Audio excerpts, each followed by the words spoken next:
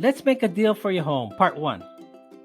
Aloha everyone, this is Robert Ritua, real estate agent with Better Life Realty. I'm also a real estate investing specialist. In this unique video series, I'm going to go over with you the topics on how you can make a deal in real estate, whether you're the home seller, home buyer, or investing in real estate. So some of the things I mentioned here are the fundamentals to making a real estate transaction, in making a deal.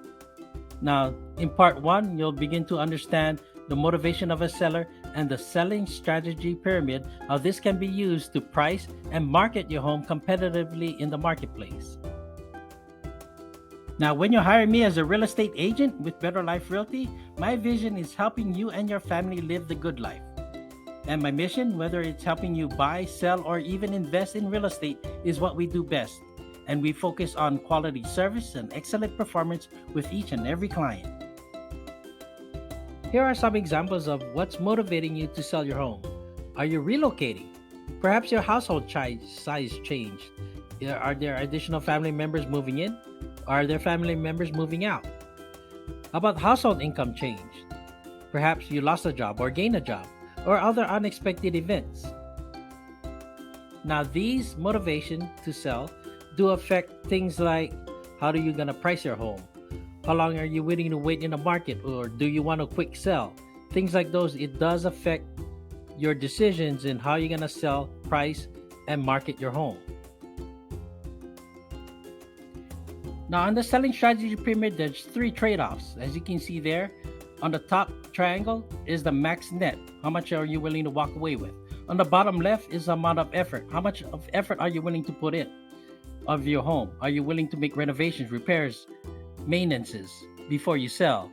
Or are you going to sell it as is, not putting in much of effort? Now, you still may have to put effort, say for example, keeping the home showroom ready when you're doing open houses or someone viewing the property, or the time frame, how much it takes on the market, time on market, how much you have to wait for someone to buy your home. So things like those, how much it'll be on the property. And again, it's all surrounded by the motivation of the seller. That's why on the middle triangle, again, reminding you, emphasizing, it also depends on the motivation of the seller and the trade-offs on these. And I'll go over between each of these trade-offs. Now, some of the things to consider is the max price and effort that you're willing to put into the property when you want to sell. So say, for example, even though you hire a real estate agent to help you, do open houses and sell your home, there's still some effort on your part. Say, for example, you need to prepare for an open house, keep the house clean, or say, for example, even before you sell your home, some renovations need to be done, some repairs or maintenance needs to be done. So in those cases, if you're willing to do a lot of those and basically move in ready for the buyer, you might want to consider, that's, obviously you can go to a higher sales price. Now, if you're not willing to put a lot of effort into that, so say for example, that means the buyer would then need to end up doing the renovations, doing the repairs, you might want to consider then lowering your sales price. Now, another trade-off to consider when you're selling your home on this selling strategy pyramid is the amount of effort and amount of time you want your home to be on the market. So say, for example, if you're not willing to put effort, so if the home needs renovations, repairs, maintenance that you don't want to do, you're selling as is, obviously you're looking for a buyer who's willing to do that. Some buyers out there might be looking for a home ready to move in. They don't want to deal with those. So if they're not dealing with those, you might be looking at, if you're not putting effort yourself, you might be looking at your home being on the market for quite some time. Or if you're willing to put those renovations in, repairs, maintenance, ready, then you might expect to attract a lot more buyers. So you might expect a lower time on the market. Now, some of the other trade-offs to consider when you're selling your home is the maximum price you're willing to walk away with, and as well as the amount of time you want your home to be on market. Again, it also depends on their motivation. That's why I believe these two are usually the most common, that most sellers do look at the trade-offs, because say for example, if you're looking for a home yourself and you need to relocate, you bought a home at a different state, you really need to move out, that means you don't really have time to wait around. So you want to attract buyers to buy your home quick, you might want to consider lowering your sales price to attract the buyers, and that way you can sell your home quickly. Now, if you have more time to sell your home, then you might be able to willing to look at, if your time on market is longer, you might be willing to wait for the right buyer who's going to be offering you that asking price that you're asking for. So I want to help you sell your home. When you're hiring me as a real estate agent, I'll go with you the market research. Now, part of the market research, you're familiar with comparable market analysis. Basically, if you're in the real estate industry, we call it comps. So I'll run comps in your area to make sure how competitive your house is compared to the house in the area. I'll also go over with you a little bit more in depth in your customized selling strategy pyramid. That way we can strategize how we can market your home in the marketplace. Marketing.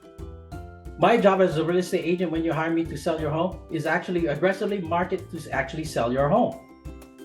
Now here in Las Vegas, I'm also part of the Las Vegas Realtors Association. So I'll also list your property to the multiple listing service, what we call, where we share these whole houses for sale in the marketplace.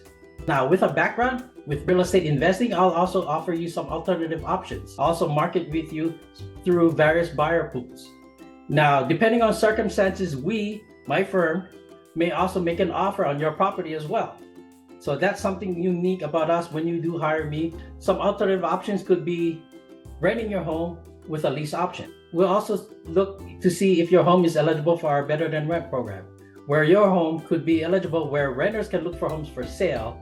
And if it meets certain criteria, our buying partners will buy your home and lease it out to them with a lease option. Or how about this as an alternative option? If you own your own outright, you don't any own mortgages, how about offering a seller finance to the buyer? Because some buyers out there right now might not be able to qualify for a loan because of the higher interest rates. So you can help the buyer buy your home and you become the bank's offering through seller finance. So when you do hire me, you're also hiring a team of professionals working with Better Life Realty. We also have a network of professionals vetted. So say for example, you do need your home to be repaired, renovated, all those. We may offer you some list of companies, contractors that we vetted. So I can be also a source of resource to you. Now I know this video is brief. So when you're ready to sell your home, contact me. I'd love to sit down with you and go over with you how I can better serve you to help you sell your home. Now make sure you subscribe to my YouTube channel. That way you don't miss part 2 of my next video series, Let's Make a Deal for Your Home, where I cover buyer strategy pyramid. Now, I'd like to hear your comments below, and if you like this video, please click the like button and share. Happy house hunting, everyone!